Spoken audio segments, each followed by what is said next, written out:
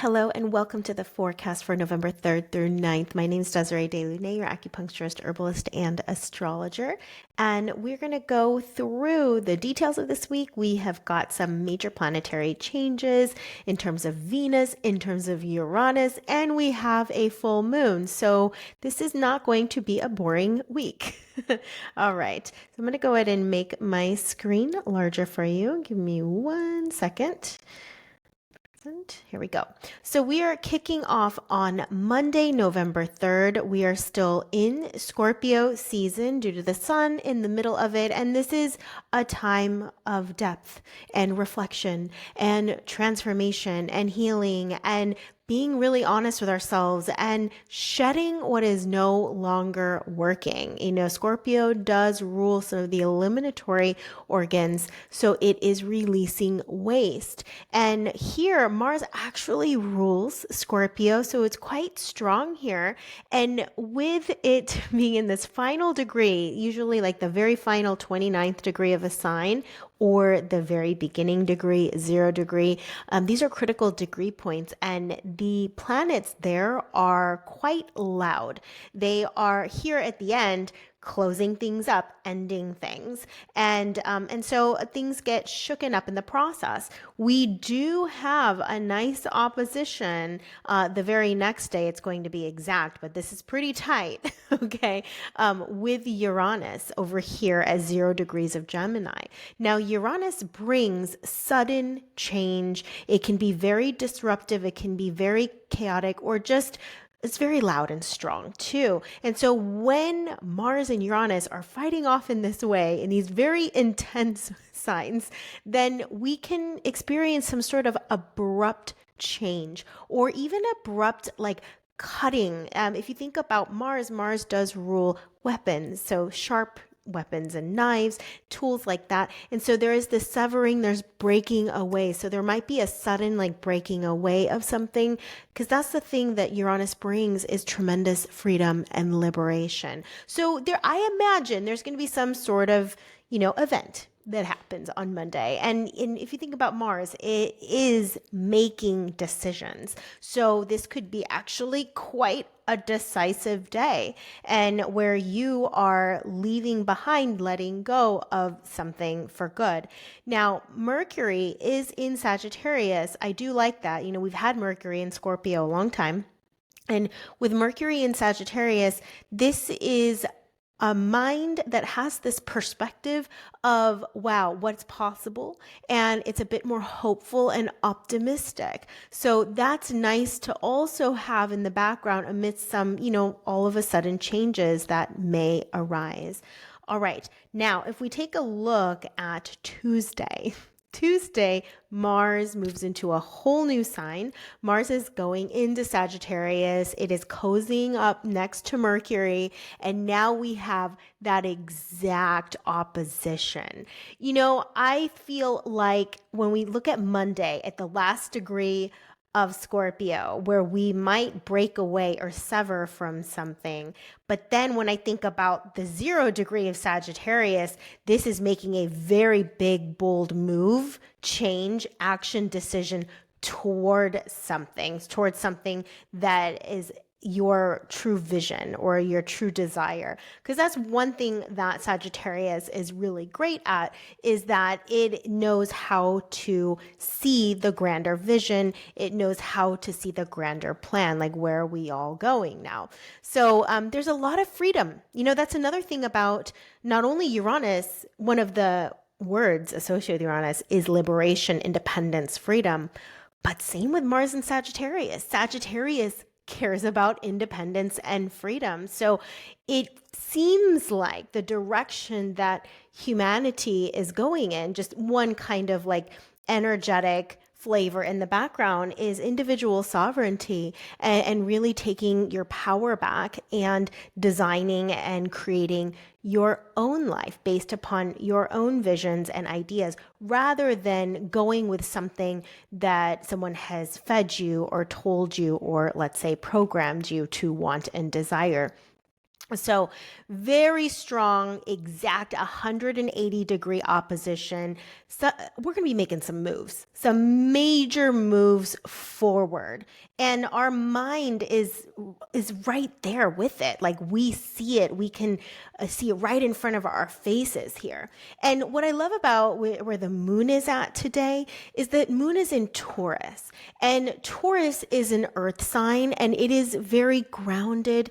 It is very stable. It's also very practical. So we do have this sense of practicality baked into all of this as well. You know, not only is it because moon is in Taurus that we have this grounded, connected, centered energy amidst all of the big changes that are happening, but we also have Saturn that is in trine with Jupiter. Jupiter rules Sagittarius. So Jupiter is a planet, like I said, of big picture thinking about visions and dreams.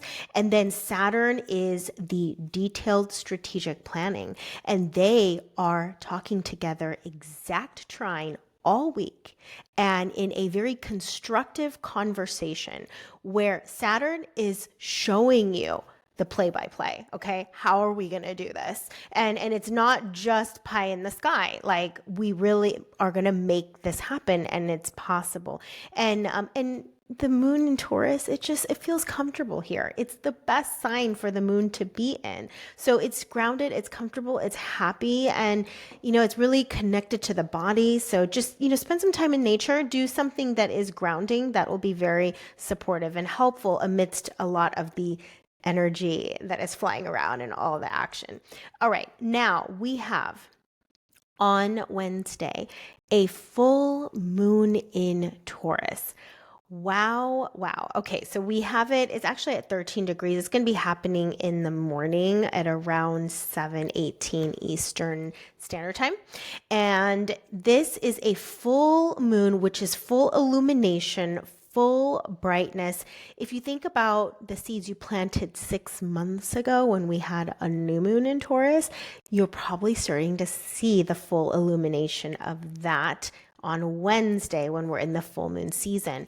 But when we look at Taurus, these are things around what we value. Also just valuing ourselves, our self-worth, really respecting ourselves. This has to do with finances. There may be some revelation, right? And some clarity on how to move forward with your finances, as that's kind of a big hot topic today, as money is being restructured in society and work is being restructured in society at the same time. Now, just know that we have all of this action in the background still. This Uranus and Mars is still in exact oppositions, integrating all of that change. And you'll be able to see more just with a full moon. Like I said, it's full brightness. So you're going to be able to understand better all of these changes that are happening within you.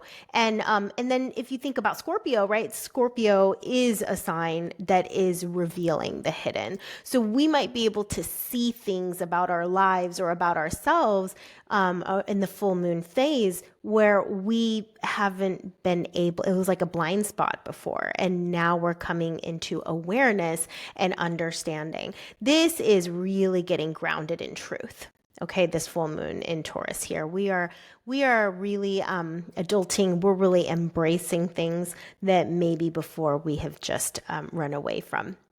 Okay, now on Thursday, we have quite a change. Moon goes into Gemini. The last couple of days we've had it in Taurus, but now it's in Gemini, and we have tons of air and tons of fire. Okay, and Venus, this is its last day in Libra in an air sign, but look, we've got Mars and Mercury in a fiery Sagittarius, and then we have Moon next to Uranus in this very airy, breezy Gemini sign.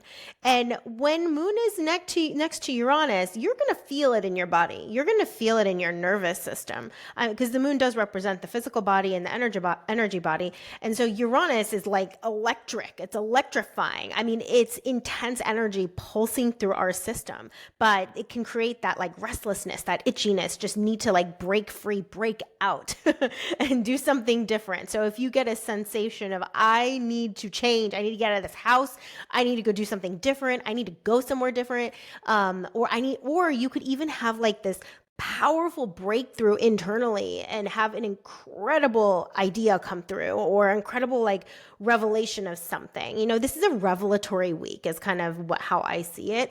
And you're feeling it in your body, you're feeling it in your mind, and this is all talking to Mercury and Mars, which whatever just like comes alive for you, or whatever change that you want, like you're going to put it into motion. You're going to put it into action, and you're going to see how this is all going to come together. So there's going to be a lot of movement on Thursday. I think internally we're just getting a little restless, and we may ignite some sort of change, and it may be a very like risky, bold thing that we do. And honestly, like coming clean and being honest, and like launching something about yourself, like just letting the world know where you're at and what you want and how it's going to go and what you plan on doing. Like this would be a really good day of announcing something like that, because it's very hard to hold it in. That's the sensation I get with all this fire and air and these 4 planets literally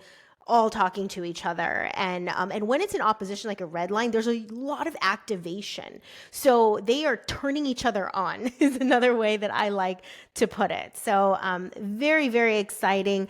The intensity will lead you to movement. So doing things like journaling, writing, breath work, since moon is in Gemini, those will probably be really good practices to help stabilize you if you're finding the movement to be overwhelming or even too erratic, and feeling a bit scattered as well. Okay, now on Friday, we have a big change of Venus. Venus has been in the sign of Libra for some weeks, and that was its home sign, and it felt comfortable there. But now we've got Venus in Mars, and this is not its favorite placement. It is in detriment here. So this represents our passions and desires.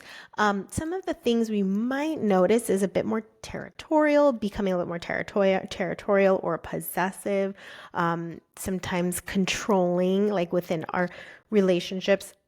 It can bring, though, more vulnerability too. It can bring more vulnerability in relationships, a lot of passion as well, because Scorpio is definitely indeed very, very passionate.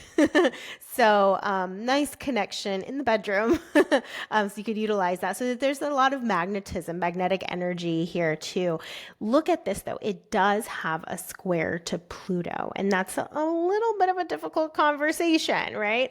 And so this is where the whole like manipulation and control and jealousy and possessiveness, some of those things can get kicked up. So be careful of that. And also just being overly controlling about things in nature, of things need to go a particular way for you. But this can also bring about a desire to be more honest with our partners or with our friendships, or even again with our finances, because Venus has to do with our money. So this is dealing with the hidden things and the shadows, really working on shadow work when it comes to your finances and your money, or shadow work when it comes to relationships, the dynamic of relationships. That this is an opportune time to address those things, and it's even going to get more exact on Saturday. So between Friday, Saturday, it's going to be quite tight there in terms of that square. Okay, now moon does change though. Moon does go into Cancer on Saturday, which is its home sign, and it's very happy here. It's very comfortable here. It's cozy, it's feeling nurturing, and it just wants to be around its comforts and safety zones, and so it's wonderful for connection with the people that we are close with. Absolutely. And you know what else? It's in trine. So even though Venus is in a square to Pluto, moon is in trine to Venus. Oopsie, my bad. Oopsie. Okay, there we go. So moon is in trine to Venus, which that is a lovely, lovely conversation between these two. This is where you're probably going to actually want to be more vulnerable on this day, because it's going to be very constructive. There is a lot of empathy and compassion and sensitivity towards one another. So this would be a great time to, also reveal like how you truly feel and how you truly think. If there's some things you have been hesitant to verbalize, this will provide that safe environment for you to share and express things that you've been probably, holding in or keeping buried. And Uranus is still in opposition here. And with Mercury and Mars together, this also they're only 4 degrees away from each other. So it's also very supportive of us being able to express and share with, with more assertiveness. That's what I want to say. It's more assertive. Mars is not hiding. Mars is direct. Mars is blunt. And I feel like with this moon in Cancer adds this softness to it as well, and this like kindness and compassionate way of sharing possibly some difficult things to verbalize. But it is also direct, because that's another aspect of Sagittarius. It's blunt. It's direct. And I think with all this together, you're really going to be able to dig deep and go far in the healing of your conversations. Because with all this water energy here, moon in a water sign, sun and Venus in a water sign, that's something that we do experience with a lot of water signs, is transformation, growth, and healing. So very nice. Okay, now on Sunday, I keep pulling that up on accident. I forgot to mention on Saturday, before we go on Sunday, this is a very big deal. Very big deal. We have Uranus that has retrograded back into Taurus. Now, we have had Uranus in Gemini since July 7th, and now it's on Saturday going to be in Taurus. And what does that mean? Well, it's also, by the way, going to be in Taurus all the way until April 27th, when it finally comes back into Gemini. So we've got many months. We're talking like 6 months of Uranus left in Taurus. And it's in the 29 degree. It's going to go down to 27, but it's going to be at this 29 degree for a good amount of time. And let's just talk about Taurus real quick. Taurus is about our self-worth. Okay, I talked about this with the full moon, right? Taurus is material things. It's our resources. It's our finances. So it has to do with money. And we are, all of us, noticing the change in the economy. We're noticing change in our, on our finances. This can really rule work and money, just in the collective, globally at large too. So Uranus has been doing this, honestly, for the last 7.5 years. And now we're going back and finishing things up, changing things up. Uranus is technology. This is also advancement, it's advancement in ideas, it's advancement in technology, in communication, in travel. And so the way we work with money, the way we work with travel, what is home? Because Taurus can also represent the idea of home, but we're quite a global civilization, and home has been disrupted, family has been disrupted. Uranus brings disruption in money and finances. So there's probably going to be a little bit more destabilization within the economy as Uranus is in Taurus again. Okay. But we are going to, like I said, finish things up, close things up, figure things out. This last little piece of what Uranus and Taurus means for all of us, as well as individually. Let me know where in your chart that Taurus is landing. What house is this landing in? So in this example, Uranus and Taurus is in the 5th house, and the 5th house has to do with children. It has to do with creativity and self-expression. So if you're a Capricorn rising, Uranus is really touching those themes and subject matters in your life. So just know that in April, it will then permanently, well, not permanently, but for the next 7 years, will remain in Gemini. So that's something definitely to reflect upon, and maybe old themes in that sector of your life, whatever house it is, might come back up, might resurface, and maybe you need to just do a few more things in that area of your life before moving on to wherever Gemini is. Okay, so that's our Saturday. Now on Sunday, Moon is going to be gradually getting closer and closer to Jupiter. Oh, love this. That's just so relieving.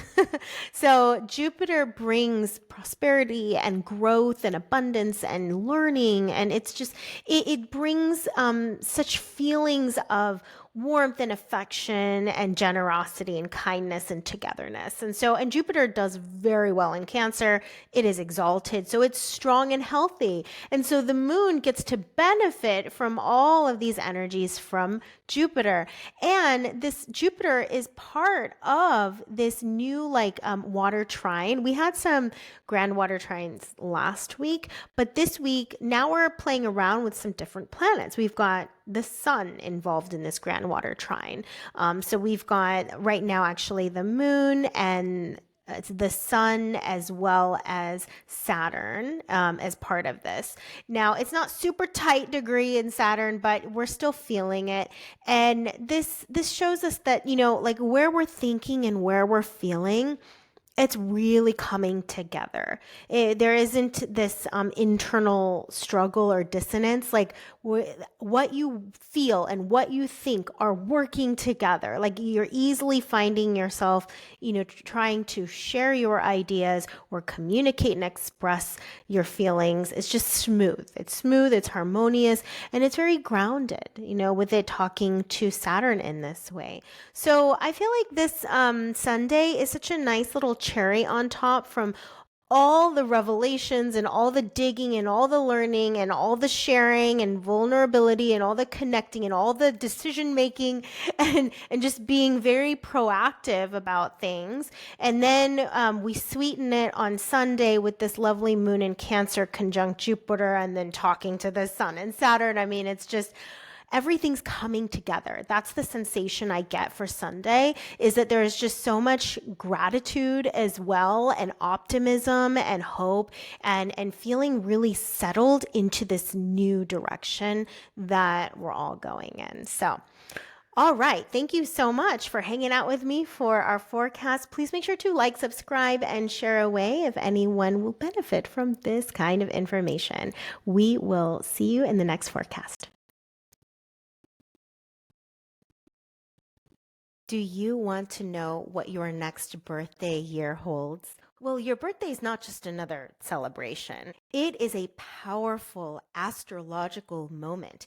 It's when the sun returns to the same degree as when you were born, and whatever's in the sky on that day, that essentially is the birth chart for the entire year. And this reveals major themes, opportunities, and potential changes, transitions that you're going to be going through. So whether you want to know about career changes or relationship changes or possibly a move, all of it is there in the solar return chart. Now, don't navigate this next year blindly. Go ahead and book a solar return reading down below so that you are stepping into this new chapter with clarity and confidence.